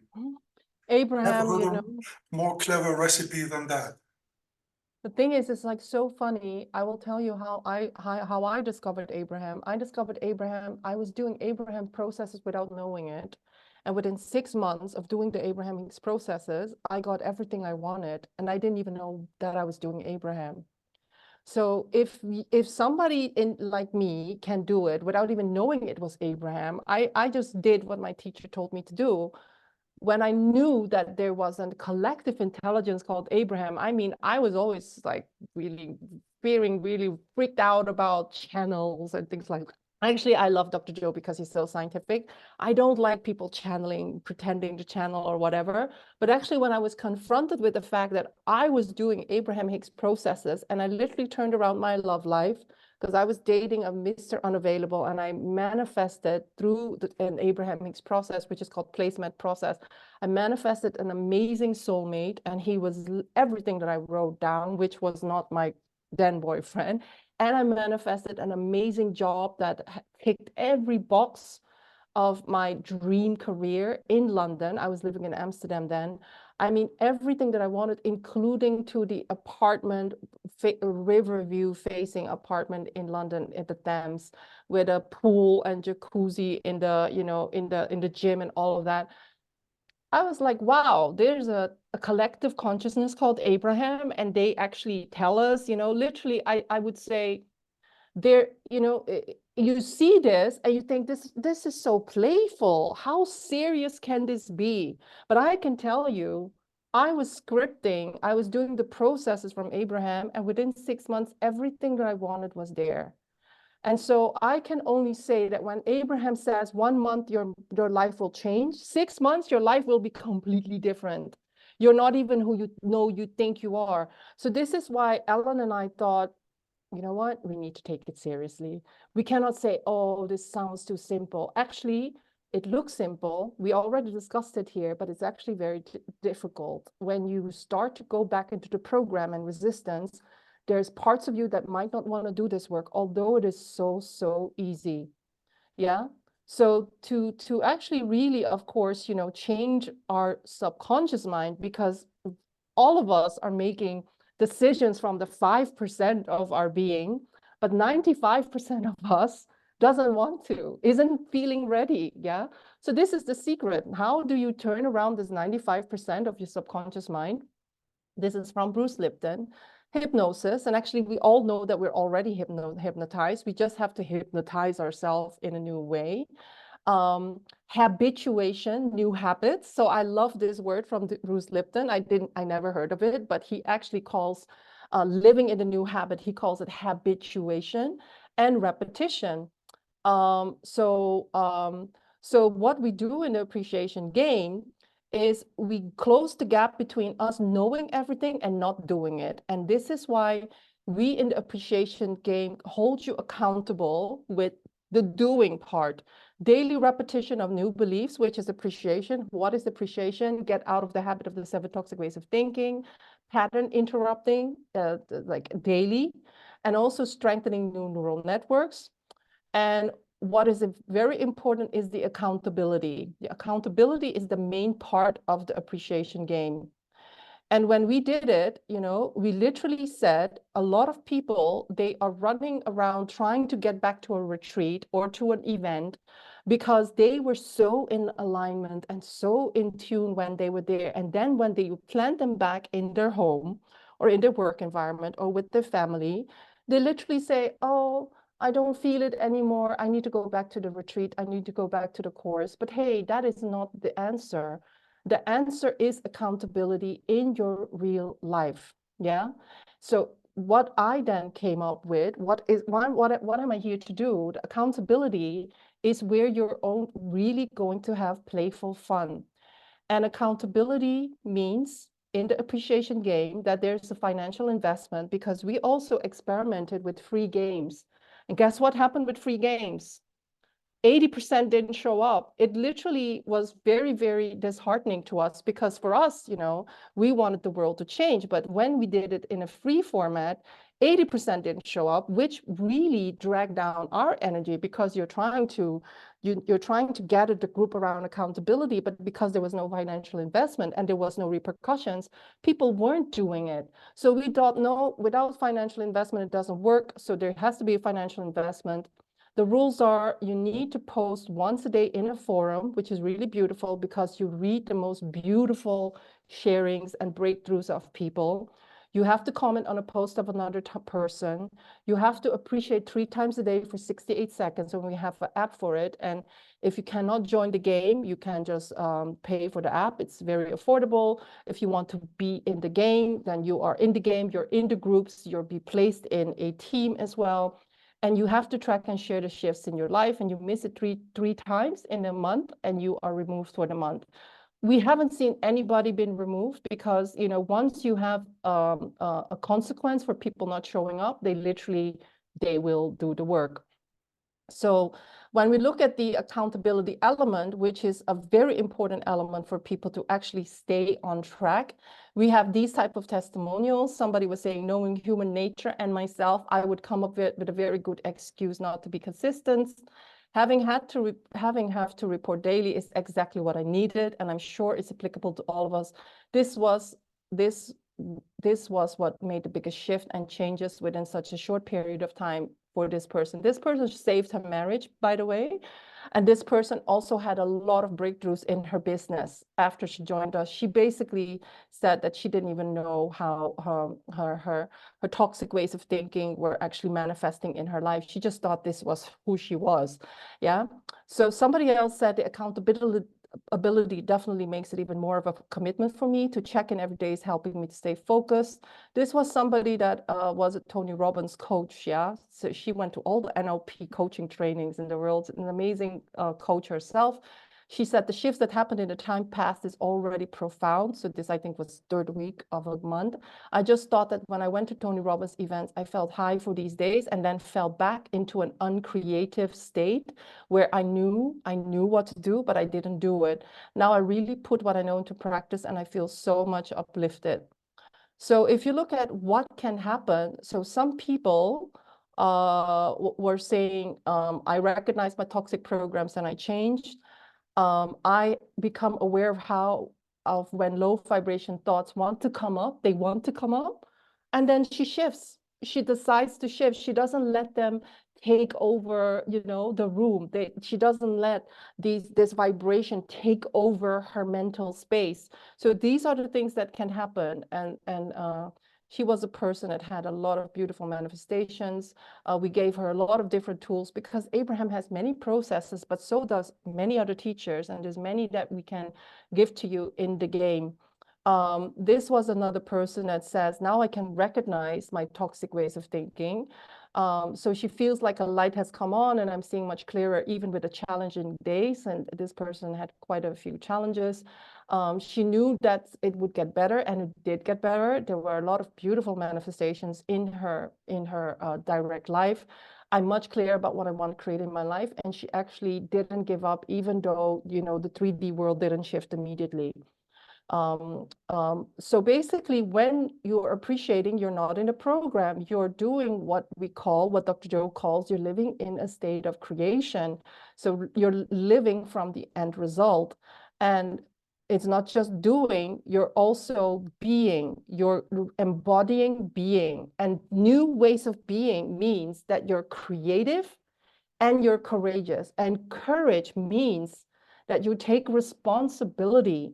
It's the most important interpretation of David Hawkins, his teaching, which is courage is you take responsibility.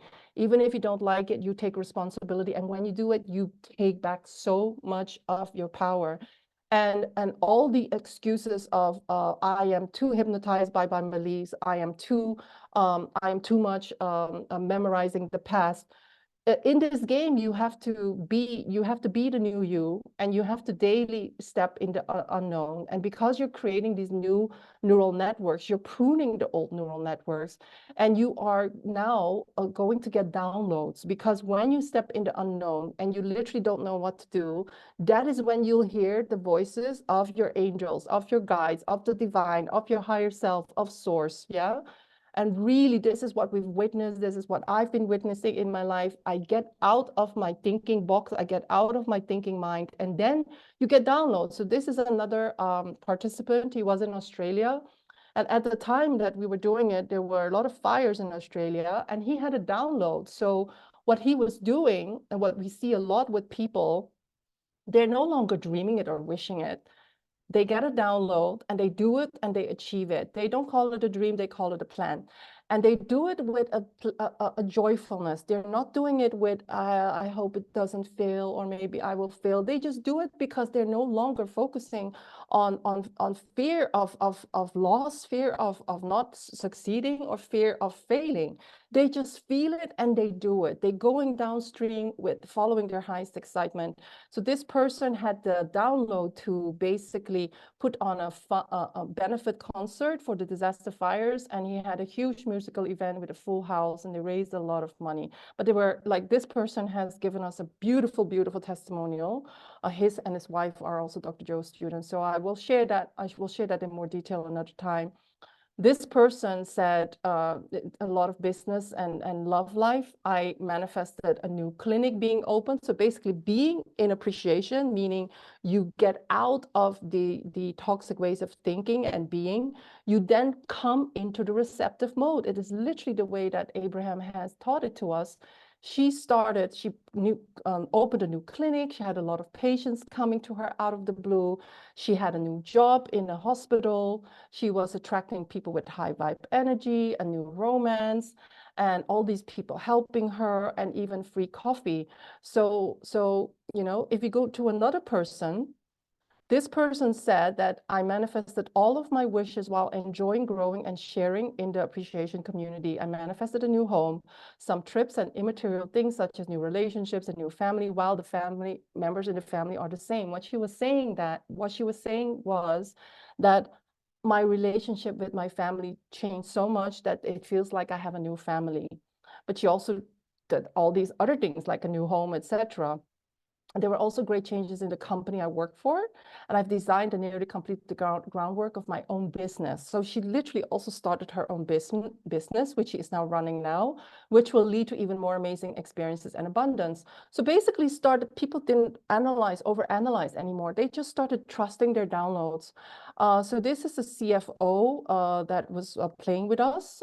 She said, basically, I've been more aware of my thought processes and being able to instantly, not like 5 minutes later, no, you notice your toxic ways of thinking. And before, my emotional set point would be in fear and courage. And now I've shifted to mainly being in willingness and acceptance. And acceptance 350 is a very high level of consciousness where a lot of success start to happen because you're no longer in resistance. Acceptance and resistance are the opposites. Yeah. So one big shift that happened in my life is at my role as CFO, I was in a situation which I most likely would have needed a lawyer to clear the situation. In the end, the situation resolved itself and just disappeared. Yeah. The biggest thing I've learned is that appreciating everything in life can change anything. So this person was saying that she couldn't do excuses anymore, and she attributed it to the accountability and to all the bite-sized teachings that we were giving. So every day there was like a little 5-minute blog or a 5-minute video, and people were reminded and also reading each other's posts, and you were just feeling so magnetized to become this new you and to really live the laws instead of going into, into the opposite direction, which is the way of going upstream. And going upstream is, of course, symbolic for I want to suffer. I want to do it the hard way. I don't want the universe to carry me downstream. So literally, she was saying that before the appreciation game, she was always very low. And because now she had to just do it for 3 times 68 seconds, it really helped her to really stop allowing her negative emotions to take her for a ride. So yeah, this was another person that also had a lot of benefits. Yeah, we have many, many, many testimonials. So the longer you can commit, the cheaper it becomes. And there's also an affiliate scheme. So if you refer somebody to us, and you get 20% of how long they play. And if you are an alumni, you will even get a better deal because the alumni already know how to play the game. So any of you who are alumni in any of my courses, please contact me because I have an amazing offer for you. But if you have a lot of people that you say, I would love them to be in the game, you could even be in the game for free because you're going to get 20% of the commission. So what are you doing? You're going to commit to living in harmony with the laws of the universe. You're going to be the scientist. You're going to embody the teachings, and you're going to train your emotional self. So some of the books that I will be working from is In Love. It will be a Catherine Ellis book, Love Will Find You. 2 David Hawkins books that I love, which are really about creating from a state of joy, creating from a state of love for what you do and not going back to the programs. Science of Getting Rich, one of my favorite books, of course, Abraham, but of this very amazing book that I just discovered, which is about really the inner art of manifestation, which is really a very a geeky book about really understanding the attractor fields in our life. Yeah, attractor field is actually a word that David Hawkins played with, and it's a scientific term. And when I heard it, I was like, I want to know more about attractor fields, and I couldn't find anything about attractor fields. And suddenly this week, I heard a book read by Brian Scott, and it was this book from David Spangler, and it talked about attractor fields, and I was like, I want to know everything about attractor fields. So having said that, there will be, you can come in for romance, you can come in for abundance, you can come in for just attunement, and you can come in for just 1 month, you can come in for 2 months, you can come in for 6 months. For me, just really trust your feeling. If you want to know more, you can have a chat with me. There's one thing what this game is not, it is not anonymous. So you will have to show up and you will have to share, and you will feel connection with the group members because you'll be put in a team. So dependent on what your goals are, you'll be put in a team with people that want to, manifest the same type of shifts in the same type of area, whether it's relationships and romance or business and money and career. Yeah, so there's 2 teams. And what it is also not, it is not intellectual. You actually have to do the vibrational work. You will have to do the processes and start to switch the way you are programmed to focus, the way you are thinking about things, the way you are letting the programs run or interrupting them, and the way that you have to report it in an accountability setting so that we're all learning from each other. This is not positive thinking. We are literally changing many ways of stuck habits that many of us have. And what it is also not, it is not a mental consumption without emotional engagement. It is high emotional engagement. And this is one of the most beautiful things in the game. When you are in the game and you're in the groups, what you'll see is that you will feel compelled to read the posts of other people, because to see people not just know it, but do it, and despite the challenges in their life, do the thing that they want to do because they love themselves enough. And then to see the changes in their life. I mean, this is like, you know, a lot of you are Dr. Joe students. You know what it is to watch the testimonials. This is like this. The testimonials is what you will get in the post and the forum, but from the people that you're in a team with. So, and of course, when you know that this is possible, you will do it too. Yeah. So it is life-changing. It will rewire your brain. You will create new habits, and maybe you'll even pick up habits that you didn't know you would enjoy. You just didn't know that they were available, or you never step back enough to actually say, now I'm committing to me changing this specific habit, but I have 10 different tools that I could work with. And actually, you're going to learn a lot about the universal laws, because I have been super geeky and studying so many different teachings and techniques, investing so much money in different tools and in different teachings, going to the retreats, etc. I can teach a lot of different tools. So every week we will have also 2 hours of classes. And in the 2 hours, we will be doing things like constellations, we'll be doing clearings, but we'll also be doing collective wisdom, you know, work, which is we're going to work with the quantum field, and it depends on what is needed. So sometimes we might have more clearing that's needed of maybe memories. We'll do that work. We'll see where the group goes. Yeah. So what is the time investment? I would say 3 times 68 seconds. You do it with your heart, you do it with your eyes closed, you do it in a walking meditation, you do it listening to music, watching a mind movie, I don't know what. You can do it on our app. Or you basically go in the group and you start writing down 68 seconds what you appreciate. You can do it in the way that you want.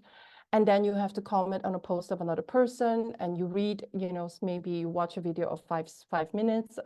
It's often not my videos, it's videos of other people that I make shorter, so that you are inspired. You are inspired to do the work. And then there's a 2-hour class per week, which you don't have to attend. If you don't have time to attend it, you just basically watch the recording, but it will definitely teach you other tools and give you a lot of insights. So that is the time investment. So, and of course, you don't have to join us. You can do the appreciation all yourself. You can set up your own accountability group. Yeah. But the way that I have designed it is I have seen how when a group gets together, you really, really start to get entanglement. And Ellen and I, we've had so much success with our previous groups. And because of a synchronicity, one of our older students coming back to us and saying, oh my gosh, wouldn't it be nice to do this game again? I thought, yeah, it would be nice to do it again. It's so much fun. So if you have any questions, you can reach out to me. You can also schedule a call with me. I will give you more, you know, you can talk to me about maybe your doubts or maybe what you would like to work on. I want to launch it starting in May. So that will be next Sunday, May, that the first game will be launched. And then, but you can join any moment in time because it will be an evergreen course. Yeah.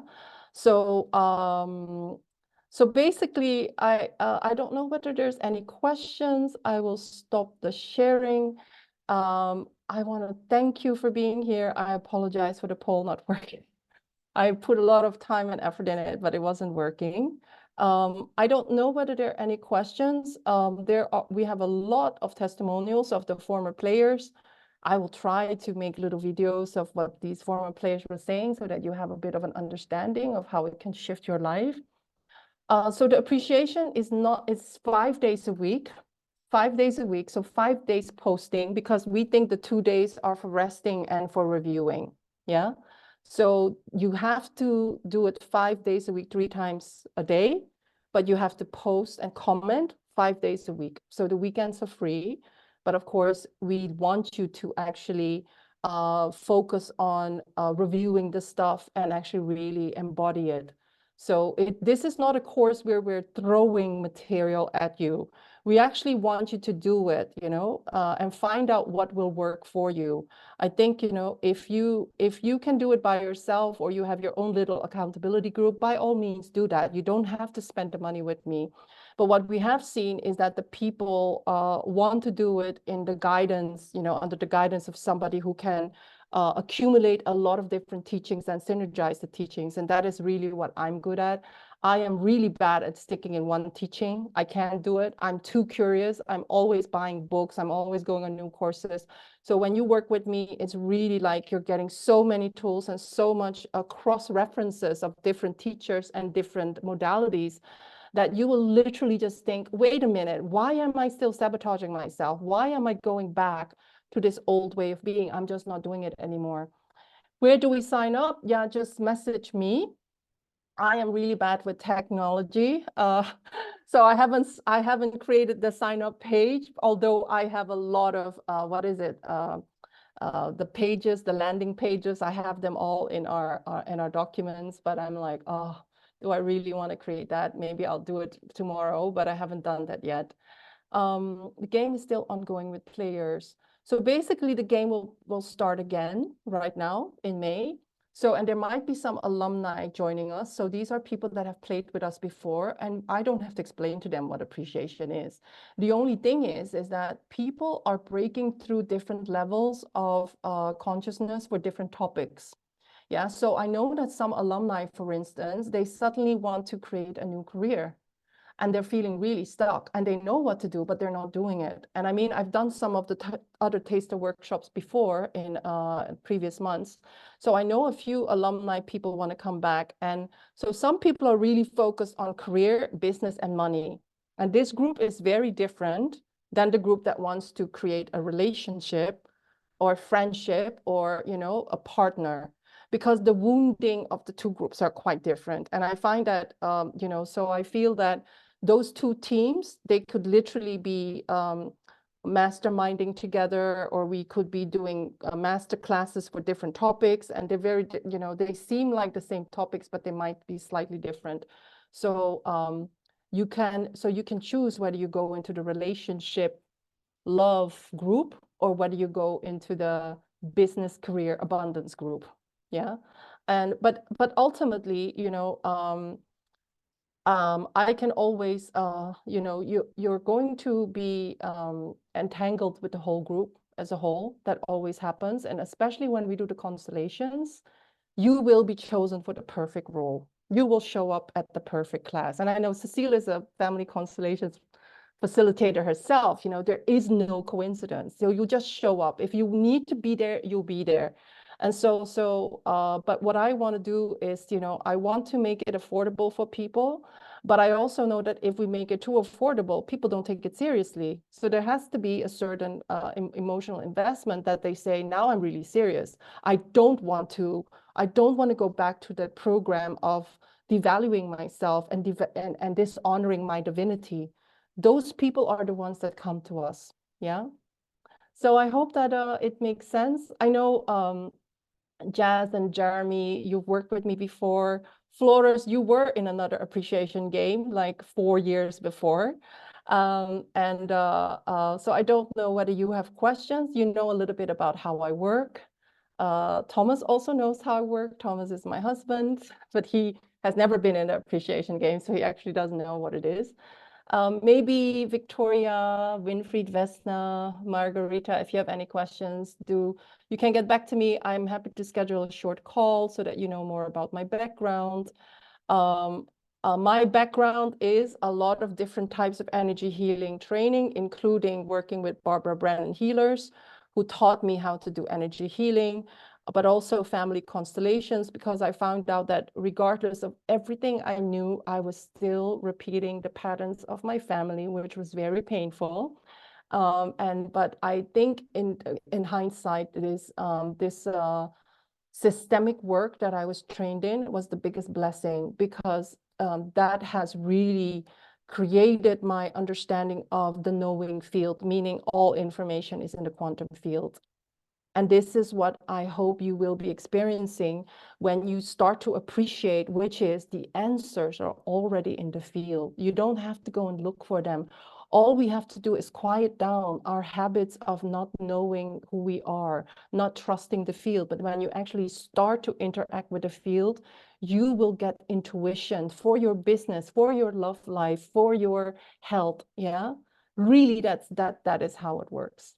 So, and yeah, if you have questions about, oh, can I afford this? How can I do this? You know, just reach out to me. There will be a creative solution. The world is so abundant. All of you have something to offer. So money should never be the consideration. And maybe some of you want to do it yourself, but just want to work with our app. You know, I can talk to my app developer. We can create something for you. You don't know, maybe I don't know, what is it called again? A white label solution for your company or whatever. We'll see, you know. So yeah, I've spoken more than enough. I don't know whether any questions. Was it helpful, those of you? Was it helpful? Yeah, yeah. So maybe you can share a little bit about the thing that really stuck with you, that that you remember, like, oh gosh, I didn't know this before.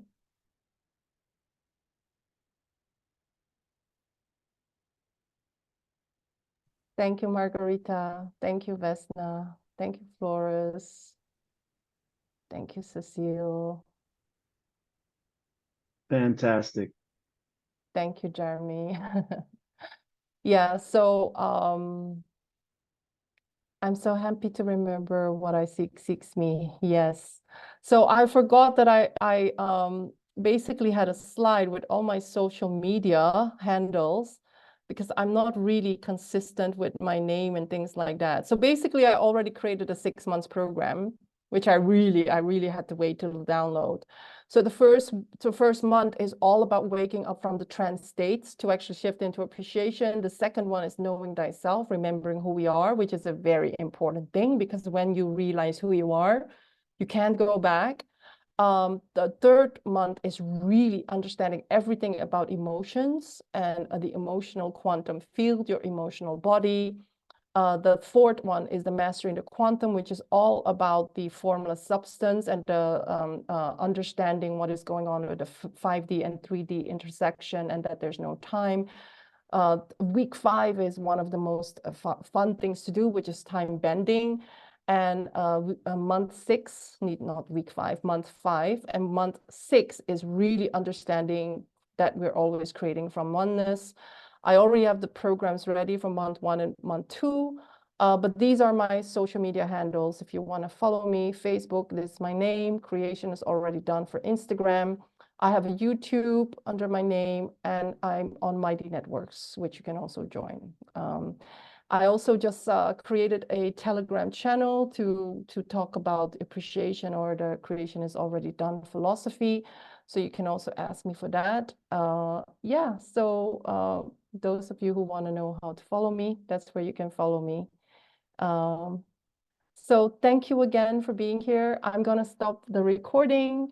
I hope to see some of you, or to have a catch up with some of you, to know where you are. And yeah, I'll be launching other things as well later on, but I want to focus on this one for the next few weeks, and then I'll be announcing some other stuff. And maybe, you know, if you have an intuition, I need to talk to Angelique, just reach out. You know, I won't bite, or I will if you want to, but I would love to hear from you. Okay. Thank you, everybody. Bye-bye. Bye.